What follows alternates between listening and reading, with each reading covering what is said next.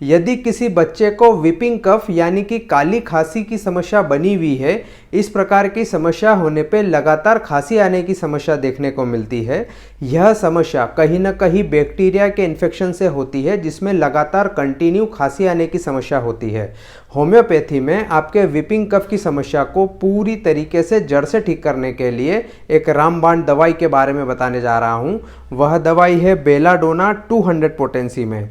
अगर आप बेलाडोना दवाई को 200 पोटेंसी में 2 ड्रॉप सुबह 2 ड्रॉप शाम को कंटिन्यू 7 दिनों तक देते हैं, तो यह दवाई आपके खांसी आने की समस्या को पूरी तरीके से जड़ से ठीक कर देगी।